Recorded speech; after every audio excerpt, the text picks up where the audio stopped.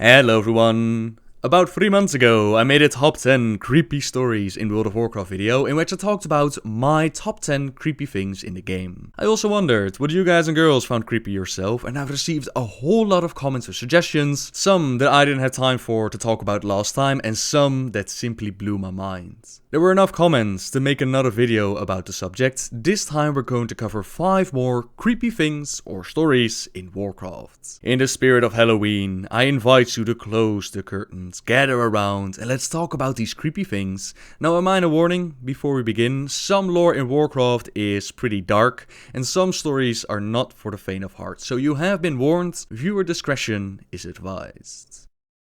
The first one on the list: the Children of Shire.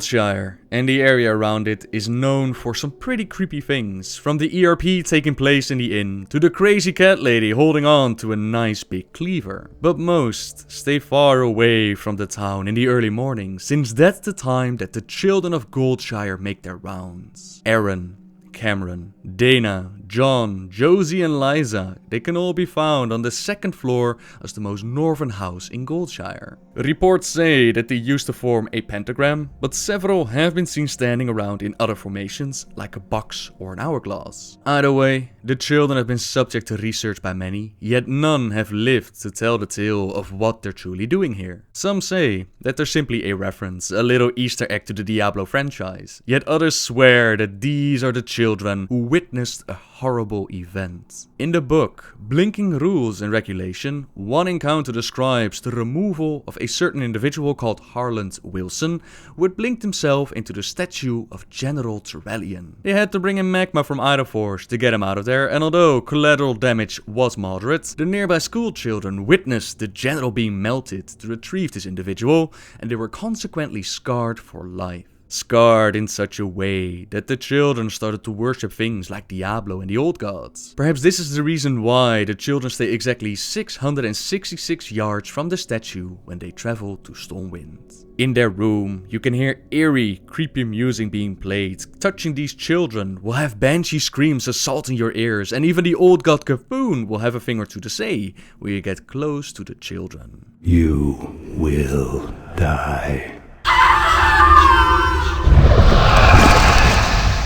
Heed my warning, dear viewer, stay away from these children. Some secrets are best kept in the dark. Some stories are best left alone, but if you can't resist, if you're too curious, you have to check it out. Head on out to the town of Shire and find these kids yourself. The second one on our list, it's the capital of Lordran itself. From the Headless Horseman, which I talked about around 2 years ago, to forcing Vasarian to kill his own mother, to Thaddeus and everything else going on in Naxxramas. The storylines with the undead, they're some of the creepier things that Blizzard has come up with, but a lot of you mentioned in the comments a specific thing: the throne room where Arthas killed his father. Imagine for a moment that your beloved prince and your beloved son returns home after being lost for months. The bells ring, colorful petals are tossed down by all those that had come out to welcome them all home. But Arthas was no longer the prince they knew. He now listened to the whispers of Frostmourne, who told him that it was time. Ah, my son. You no longer need to sacrifice for your people. You no longer need to bear the weight of your crown. I've taken care of everything.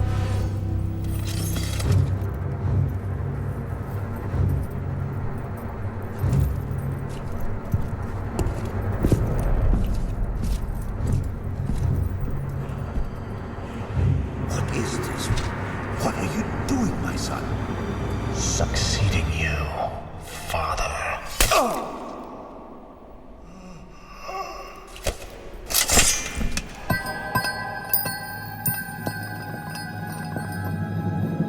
The son murdered the father, and the kingdom of Lordran fell to the might of the Scourge. Even now, a small patch of blood where the crown fell can be seen in the throne room. The flowers, they still linger on the path taken by the prince, and even the echoes of the past will not be silent.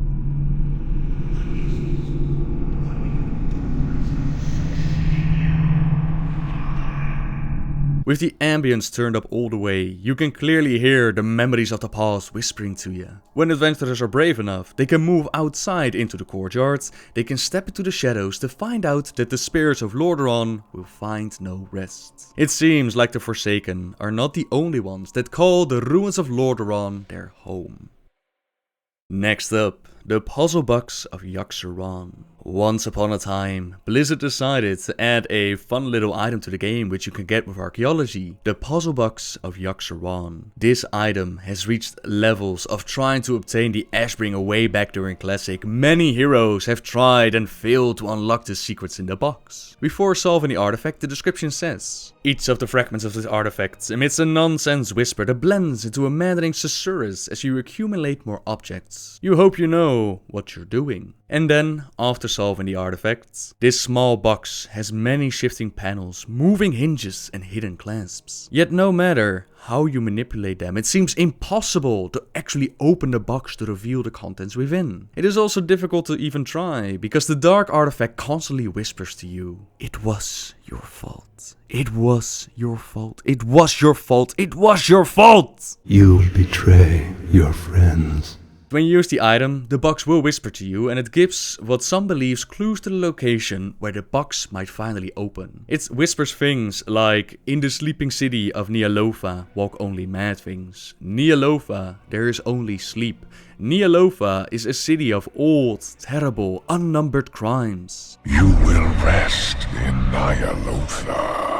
Even the old god Yogg-saron has heard of Nealofa, since he states that we'll rest there, but we have no idea where Nealofa is. With these whispers, it seems connected to dreaming though. Emerald Dream, Emerald Nightmare.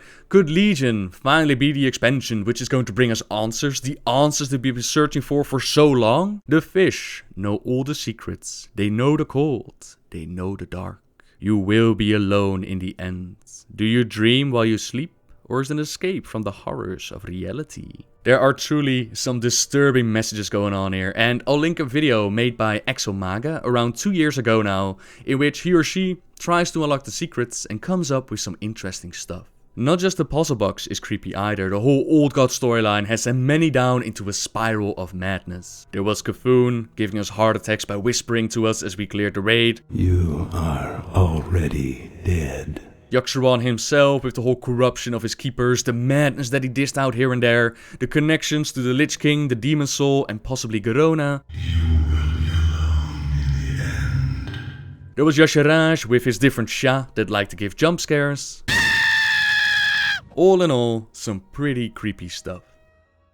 Number 4 on our list goes to Outlands and the original Hordes. This is a comment directly taken from the previous video. Oh man. I remember when I first got to Hellfire, I heard the screams of other newbies in general chat crying out for help while getting ganked by groups of Horde players. No, but seriously, one of the creepiest things in WoW is the Path of Glory. When I first read the quest from the Draenei in Honor Hold, I was shocked. That whole road was made out of Draenei bones. Still creeps me out every time I go there. On top of that, Aleska also mentioned what was required in order to empower and open the Dark Portal for the first time. The orcs on Draenor had nearly exterminated all the Draenei by this point, yet a young Draenei child had been found and they captured it. At the Dark Portal, the Horde had gathered to see the path to a brighter future open before them, to which Gul'dan told them, blood is a pure offering to those who give us these vast powers, and the blood of a child is purer still. With the life fluid of our enemies, we will open the portal and step into a glorious new world, a new page in the history of the Horde. He approached the bound child, who looked up at him with empty eyes. Gul'dan raised a jeweled dagger.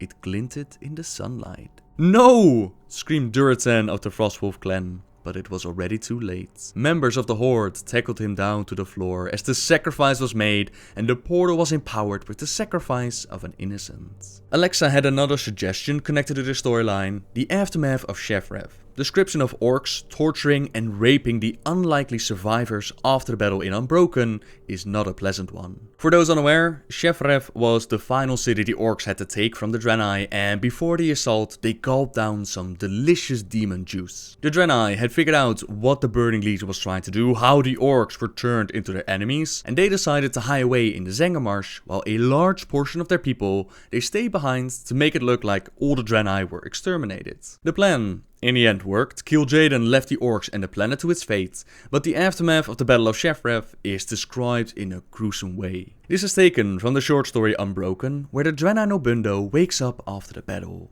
Again his ears were assaulted by the screams of a female, accompanied by taunts and jeers. The orcs were celebrating, reveling in their victory. Looking up, he pinpointed the source of the noise. High above, jutting out from the cliffs of the Barrier Hills, the Draenei had built Aldor Rise. There the orcs were torturing some poor female Draenei. I must try to stop them. But how? Alone with a broken leg, one against hundreds, one who had been abandoned by the light, armed with only his hammer, how could he stop the madness unfolding above? I must find a way. Frantically, he crawled over the corpses, slipping in the fluids, shutting the putrid stench and raw viscera out of his mind. He worked his way around the outer circle of Lower City, toward the base of the cliffs where the wall met the mountain. He would find a way to climb up there, he would! The screaming stopped. He looked up to see shadows silhouetted by moonlight. They carried a still form to the edge of the overlook and then swung, tossing the lifeless cargo down into the depths. It landed with a dull thud not far from where Nobundo lay motionless. He crept forward, looking for any signs of life from the female. Shaka, he determined her name to be when he drew close enough to see her features. He had seen her many times before, though they had only spoken on brief occasions. He had always found her pleasant and engaging. Now she lay, battered and bruised, her throat cut, her lifeblood drained. At least for her, the pain was over. Another scream issued from above, the voice of another female. Rage welled within Nobundo, rage and frustration and an overwhelming desire for vengeance. There is nothing you can do. That's a small piece taken from the story, and I'll link the full story down below in the description if you want to check it out. It's quite a story. It's called Unbroken, a free short story on the WoW website. Now the comment pointed out that the female Draenei were raped by the orcs, but the torturing, it could have been done in many different ways. It's not completely impossible though, since we do know about Gul'dan and his breeding experiments. He brought together an orc and a Draenei in order to create his assassin, Garona Half-Orcan. Then there is the final bit about all of this, a comment by Shindomaru. The forces of Azeroth storm the Dark Portal for the first time, and while the bulk of them fight against the demons on the stairs of destiny, you are sent to your safe little base behind the fighting. You are tasked with obtaining meat of Felbor for the forces. It sounds easy enough, till you hear the rumble of each step. You look around and see nothing. Other adventurers shout and scream and run. You turn around and you see it, the massive monstrosity known only as the Fel Reaver. Its wicked roar is the last thing you hear before you're sent to the spirit world, other than your own scream. Number 5, the final one on our list, is the Legend of Starvin, a story that many of you were surprised that it didn't make it in on the original list. The story and the questline has been changed between Classic and the Cataclysm now. It went as following during Classic. One night, Madame Eva felt a horrible disturbance rippled through her veins. She sensed that her granddaughter Eliza was in great danger. She consulted the cards, and death itself stared up at her from the table. After a long journey through a dark trance, she was able to uncover a clue to this terrifying mystery. A single name called out, the name of Starvin. This is the introduction to a big quest chain which sends you all over the place in order to uncover the events as to what happened with this person called Starvin. Starvin Mistmantle of Silverpine eventually became a tutor to the children of Lord Frintrich of Stormwind. Here's how the story goes as he describes in his journals. Giles the boy seems a bit rambunctious and will be a challenge to educate. However, The elder daughter Tiloa seems exceptionally smart. I couldn't help but to notice her captivating beauty as well. She is on the cusp of womanhood now. Supposedly, the Lord has arranged their marriage for next year. But I digress. This week, I will accompany the family to their summer cottage near the Eastvale logging camp in Elwyn, close to the Red Ridge Mountains. I hope to ride more while there. Most strange and uncontrollable feeling. Never have I felt the way I did today. Whilst assisting Giles with his history lesson, Tiloa was outside tending to the flower garden. After a few minutes he came inside and placed a scarlet begonia in my open palm and smiled at me in such a way that my heart felt as though it was trembling within my chest. Most certain that she shares the same feeling for me now. She even placed her hand on mine this morning. When she smiles, her eyes light up like glittering diamonds. Unspoken words pass between us. I can feel her in my pounding heart and heated veins. Anger and fury, the likes of which I never knew existed. How dare she? As I was introducing Giles in the meaning of numbers, Tiloa appears before me with a suitor, holding hands in public nonetheless. What an uncouth young man. Rather than introduce me properly, Tiloa simply said, "Oh, that's just my suitor, Uncle Starvin. He's a nice old man." Old. At the words, my cheeks flushed with heat. I am but a few years older, and yet she betrays. Downward spiral of despair. First she mocks me, and now she is engaged. The ungracious charlatan was pretending to love, when truly she desired to hurt me all along. A black void lurks within me now, and it grows with each waking moment. The blood I shall spill pales in comparison to the tears I have shed.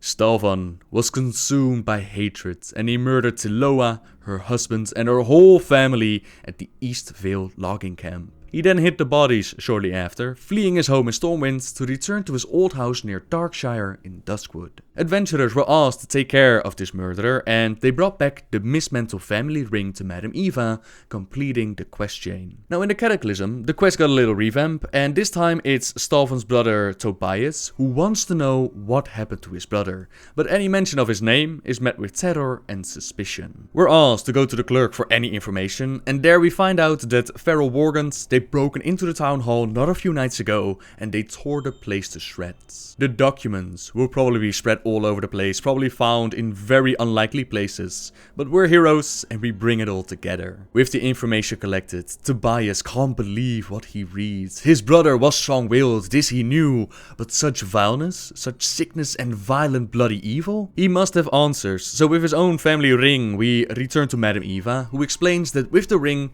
we can bring back Starvin from the dead and give the brother the answers that he seeks. In the confrontation, Tobias finds out the truth from his own brother's lips, that his brother did indeed murder the family, yet his brother says that they're not so different. Surely, Tobias has felt the anger so foul and vicious that it makes you want to tear someone to shreds. Aren't you feeling it right now? He asked. And as he does, Tobias Mismantle transforms into a Worgan. We take care of Starvin once again, and Tobias decides that it's better to leave the past behind. He thanks us as he focuses on his new life, and whether that's going to be of a monster or a man, that's going to be up to him.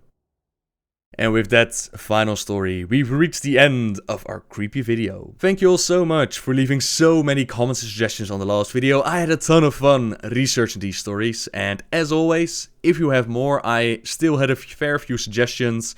If you're like, hang on a minute, I thought of this one instance in the game, this is really creepy, then by all means, leave a comment down below and we might use it for a similar video next year. Who knows? I'm going to end this video with a little montage. I thought it was fun to ask a few pictures from you guys and girls. I requested on Facebook and Twitter your favorite scary locations or screenshots from World of Warcraft, and here are a few that were sent in. I've got one more special video planned in the spirit of Halloween, but that's going to be released closer to the end of the week, and coming Friday I'm hoping to do a little special Halloween stream with spooky games and all that good stuff. Anyways, that's for later this week. For now, we've been going on for long enough. So thank you very much for watching, everyone. Subscribe if you like my videos, leave a like if you enjoyed this one, and until next time guys, see ya!